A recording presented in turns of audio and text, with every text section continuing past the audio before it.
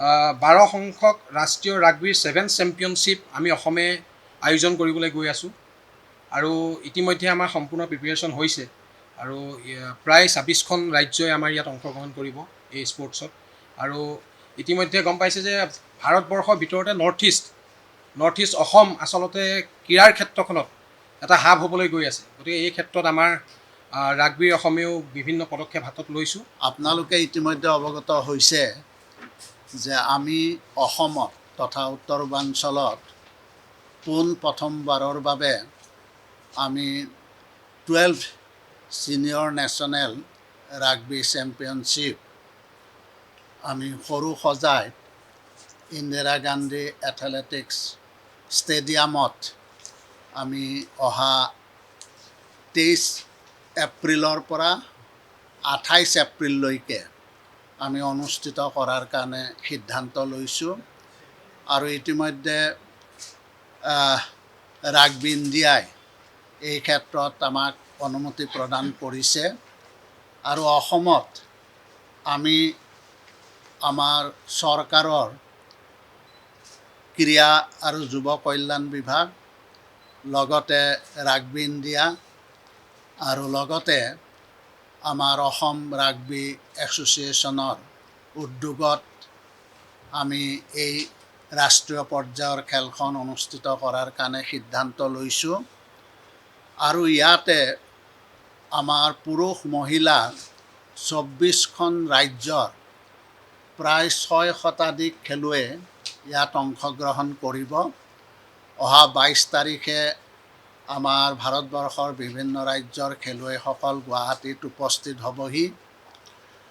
23 আৰু 24 এপ্ৰিলত আমাৰ মহিলাৰ আমাৰ ছিনিয়ৰ যিটো ৰাগবী চেম্পিয়নশ্বিপৰ খেল আমি আৰম্ভ কৰিম দুদিনীয়া কাৰ্যসূচীৰে আৰু 26 তাৰিখে পুৰুষৰ দলটো আমাৰ ৰাজ্যত অৰ্থাৎ গুৱাহাটীত উপস্থিত হ'বহি আৰু 27-28 আমি এপ্ৰিল তাৰিখে পুৰুষৰ এই খেলখন অনুষ্ঠিত হ'ব। মই ভাবোঁ যে এই খেলখনে নিশ্চয় আমাৰ উত্তৰ পূৰ্বাঞ্চলত আমাৰ ৰাগবী খেলখনে এক গুৰুত্বপূৰ্ণ ভূমিকা গ্ৰহণ কৰিব আৰু ৰাগবী ইণ্ডিয়াৰ জৰিয়তে ইতিমধ্যে আমি অসম ৰাজ্যিক ৰাগবী এছ'চিয়েশ্যনে আমি বিভিন্ন পৰিকল্পনা অনাগত দিনত লৈছোঁ। সেইসমূহ বাস্তৱায়িত কৰাৰ কাৰণেও আমি তেনেধৰণে আমি ৰাগবী ইণ্ডিয়াৰ সহযোগত নিশ্চয় কৰাৰ কাৰণে আমি ব্যৱস্থা ল'ম আৰু ঠিক তেনেকৈ আমাৰ ইয়াতে বহু প্ৰতিভাৱান খেলুৱৈ আছে।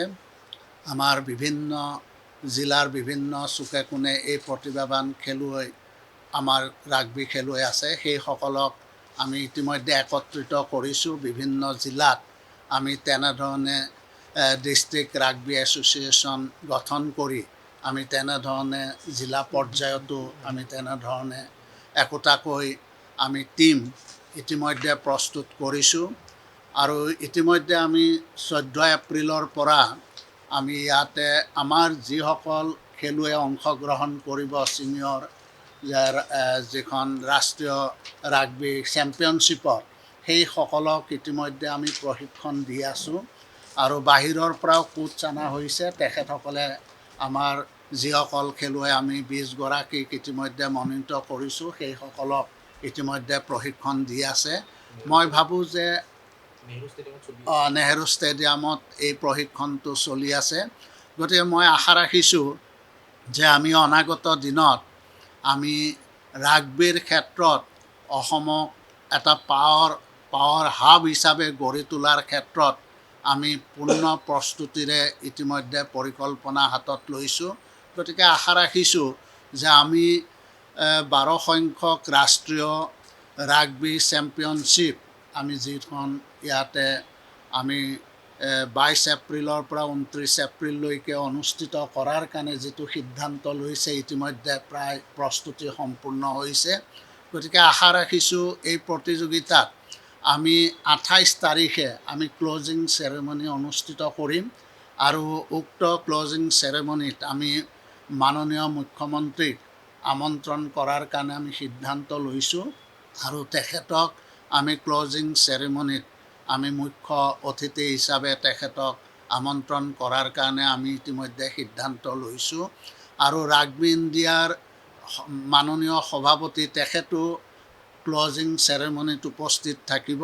গতিকে আশা ৰাখিছোঁ যে আমি ক্লজিং চেৰেমনিখন আমি জাকজমকতাৰে কৰাৰ কাৰণে আমি সিদ্ধান্ত গ্ৰহণ কৰিছোঁ। গতিকে আমাৰ যিখন 12 যিখন নেশ্যনেল ৰাগবি চেম্পিয়নশ্বিপ, এই ক্ষেত্ৰত মই আমাৰ ৰাইজৰ সহায় সহযোগিতা আমি কামনা কৰিছোঁ।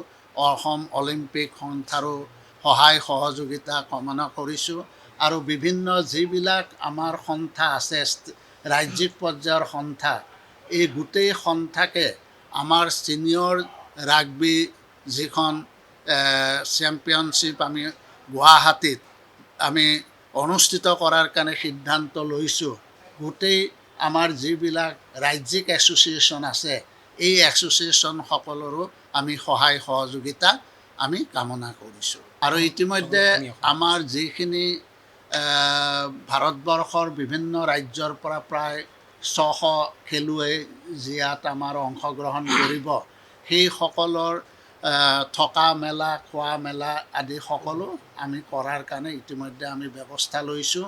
আমি তেনেধৰণে আমি আমাৰ যিসকল খেলুৱৈ ইয়াত আহিব সেই খেলুৱৈসকলে যাতে কোনো ধৰণৰ অসুবিধা নাপায়, তেখেতসকলক সকলো ধৰণৰ সুবিধা প্ৰদান কৰাৰ কাৰণে আমি ইতিমধ্যে ব্যৱস্থা গ্ৰহণ কৰিছোঁ। যিকোনো খবৰৰ বাবে যোগাযোগ কৰক 7099017330 লগতে 7099017110 নম্বৰত।